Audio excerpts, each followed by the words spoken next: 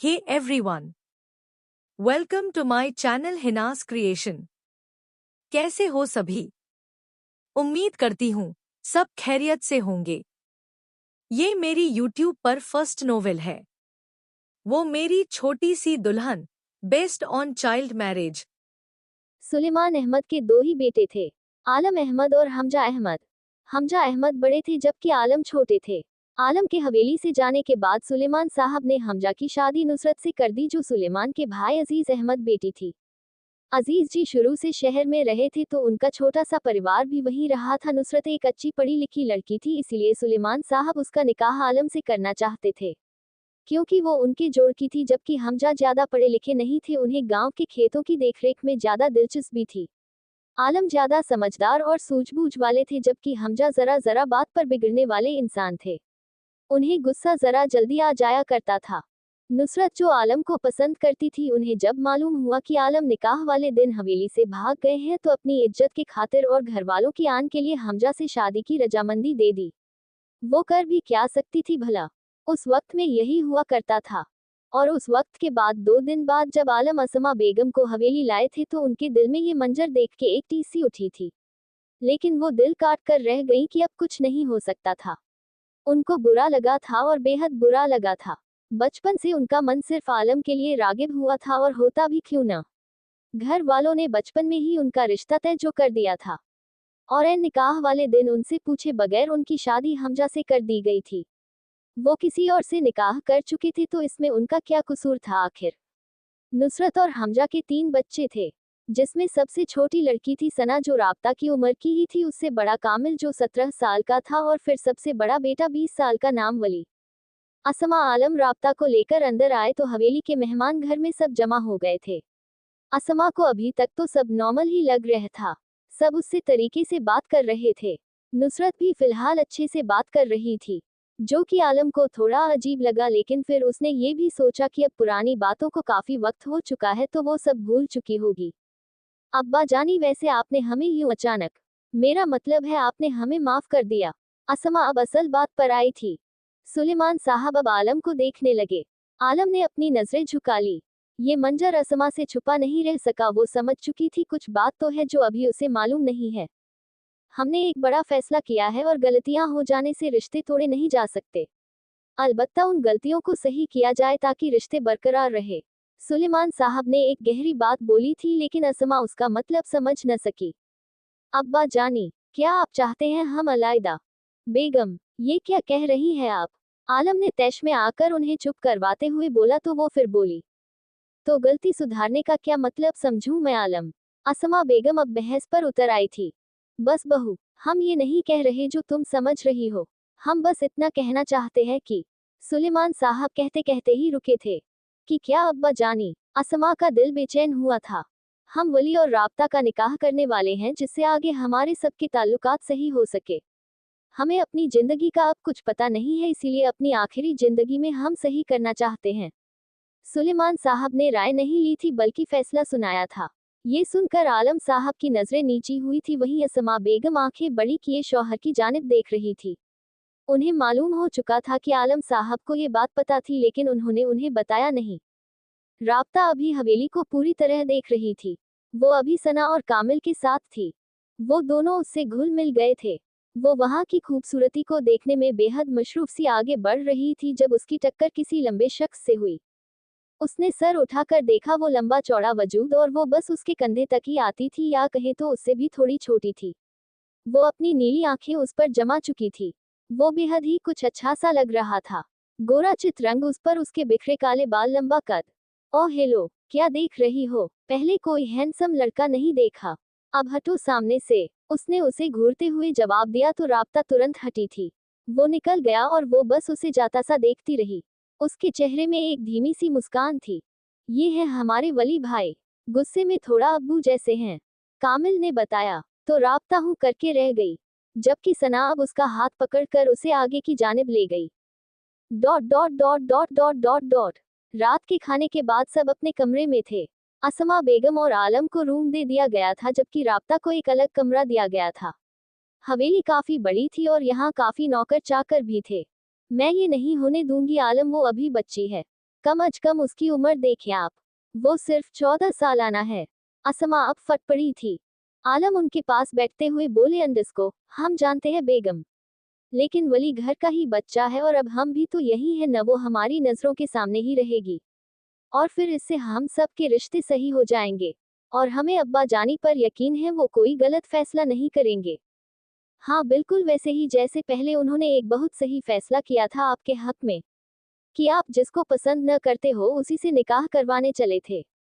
असमा बेगम बच्ची को लेके फिक्र में थी, इसीलिए आज गुस्से में तैश में आ गई थी। वो फैसला गलत था क्योंकि उसने मेरी मोहब्बत तुम थी, लेकिन वली और राब्ता का मसला अलग है। उनके दरमियान कोई भी ऐसा शख्स नहीं है जिनके साथ वो जिंदगी बिताने का फैसला कर चुके हो। आलम ने भी उन्हें एक अलग पहलू दिखाया था।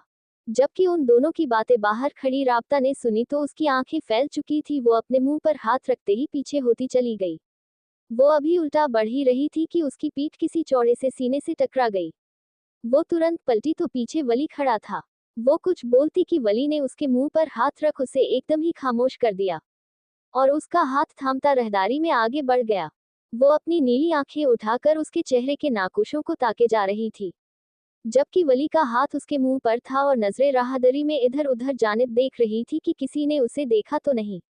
जब उसने गौर किया कि इस वक्त उन दोनों के अलावा वहां कोई भी नहीं है तो उसने चैन की एक सांस खारिज की और अब झुककर उस नाजुक दराज लड़की को देखा जिसकी दो नीलकमल आंखें उसे ही देखे जा रही थी।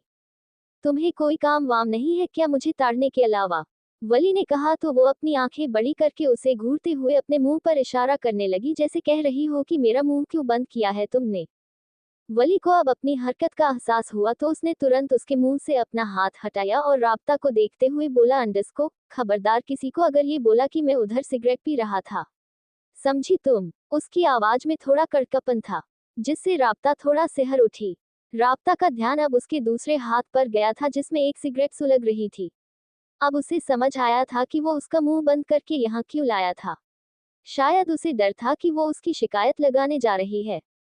राब्ता ने कुछ नहीं कहा और वापस जाने के लिए पलटी। तभी वली ने उसका हाथ पीछे से ही पकड़ लिया। उसने मुड़कर उसे सवालिया नजरों से देखा तो वो बोला, अंडस्को, मेरी बात का जवाब दो पहले फिर जाना। नहीं कहूंगी। राब्ता ने सिर्फ दो लफ्ज कहे और एक झटके से अपना हाथ छुड़ाकर तेजी से निकल गई। वली उसको देखता रह गया था।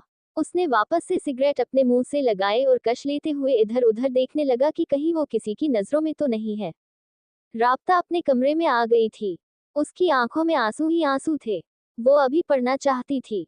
उसे पढ़ाई में काफी दिलचस्पी थी और अभी तो वो महज 14 साल की थी। उसका निकाह होने वाला है ये सुनकर ही उसकी आंखों में आंसू भर गए थे। हालांकि उसे अभी इतनी समझ तो नहीं थी, लेकिन फिर भी इतना तो मालूम था कि इस रिश्ते के लिए वो अभी तैयार नहीं थी। धीरे धीरे वो वहीं दीवार से लगकर बैठती चली गई। उसके आंसू के साथ उसकी सिसकियां भी कमरे में गूंजने लगी थी। उसका रोना थोड़ा और तेज हुआ था। वली जो उसके कमरे के बगल से ही गुजर रहा था वो ठिठक कर रुक गया। उसने सामने का मंजर बखूबी देखा था कि दरवाजा खुला हुआ था। वो तेजी से कमरे में बढ़ गया। हे राबी, शश, क्या हुआ है? वो उसके पास बैठते हुए उसके हाथों में अपने हाथों को लेते हुए बोला तो वो फिर से सिसक उठी। स्टॉप क्राइंग, मैंने बोला, मुझे बताओ क्या हुआ है? समझ नहीं आता तुमको? इस बार वो थोड़ा गुस्से में बोला था। राब्ता ने जब उसके मुंह से राबी सुना तो वो अपने आंसू पोंछ उसे देखते हुए बड़े एतमाद के साथ बोली, अंडस्को, मेरा नाम राब्ता है। हम पर मैं राबी बोलूंगा। अब बताओ मुझे क्यों रो रही हो तुम? वली ने कहा, मैं अभी निकाह नहीं करना चाहती। मुझे अपनी पढ़ाई मुकम्मल करनी है। मैं डॉक्टर बनना चाहती थी लेकिन अभी तो मेरी 10वीं भी नहीं हुई है। उसने अब उसे तफसील से सब कह सुनाया और कहते हुए फिर से सिसकने लगी। ये क्या कह रही हो तुम? तुम्हारा निकाह? सीरियसली? बोलते हुए वो ठहाका मारकर हंसने लगा था। उसे उसकी बात पर यकीन नहीं हुआ था। होता भी कैसे, छोटी सी तो थी वो, दिखने में भी उम्र में भी। आपको मेरी बात पर यकीन नहीं है ना? कोई बात नहीं, बहुत जल्दी हो जाएगा। उसने एक बार फिर अपने आंसू साफ करते हुए वहां से उठते हुए बोला तो अब की बार उसका लहजा देख वली को उसकी बात सही लगी थी। पर तुम्हारा निकाह किससे और क्यों इतनी जल्दी किया है? वो अब सवालिया नजरों से राब्ता को देख रहा था, लेकिन जो सवाल वो पूछ रहा था उसके जवाब से तो वो खुद भी अनजान थी, तो आखिर उसे क्या बताती। वो खामोश रही और वो उसके जवाब का मुंतजिर था। तभी दोनों के कानों में एक आवाज पड़ी, वली भाई आप यहाँ हैं। आपको और राब्ता आपी को दादा जानी ने अपने कमरे में बुलाया है अभी। ये सना थी जो सुलेमान के कहने पर यहाँ आई थी। अपनी बात खत्म करते ही वो वहां से चली गई।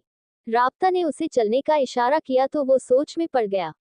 वो आगे चली गई तो वो भी उसके पीछे चल दिया। वो दोनों सुलेमान जी के कमरे में पहुंचे तो वहां इस वक्त पूरा परिवार मौजूद था। असमा बेगम को आखिर हर बार की तरह शौहर की बात माननी ही पड़ी थी। वो अब्बा जानी से बस इतना कहकर रह गई थी कि राब्ता शायद न माने, जिस पर सुलेमान ने दोनों ही बच्चों को अपने कमरे में ही बुला लिया था। सना और कामिल भी मामला क्या है जानने के लिए एक कोना पकड़कर खड़े हो गए थे। किसी ने उन्हें कमरे से बाहर भी न भेजा था कि इस बात में छुपाने जैसा कुछ था ही नहीं। बैठो बच्चों। दोनों अंदर आए तो सुलेमान जी बड़े प्यार से बोले थे। दोनों ही जगह देखते बैठ गए। तभी सुलेमान जी की आवाज उनके कानों में पड़ी। वली, हम आपका निकाह राब्ता बच्ची से करवाने वाले हैं अगले 3 दिन में। इस फैसले में आपको कोई दिक्कत तो नहीं है? सुलेमान जी ने पहला बम उसी पर फोड़ा था जो इस बात को सुनते ही वहां से एकदम खड़ा हुआ था। उसकी एक नजर राब्ता पर भी पड़ी थी, जिसकी कही गई बात शायद अब उसे समझ आई थी। दादा जानी, ये आप क्या कह रहे हैं? हम दोनों ही अभी बहुत छोटे हैं। मैं तो फिर भी 20 का हूँ, लेकिन राबी, वो तो अभी बच्ची है। और फिर आप सब जानते हैं मुझे हायर स्टडीज के लिए मुल्क से बाहर भी जाना है। आप ये कैसे कर सकते हैं? नहीं नहीं, ये तो नहीं हो सकता। मैं बता रहा हूँ आप सबको, ये बिल्कुल भी मुनासिब नहीं है। उसने एक झटके में ये सब कहा और फिर वहां रुका नहीं, सीधे निकल गया। बाकी सब लोग उसे देखते रह गए।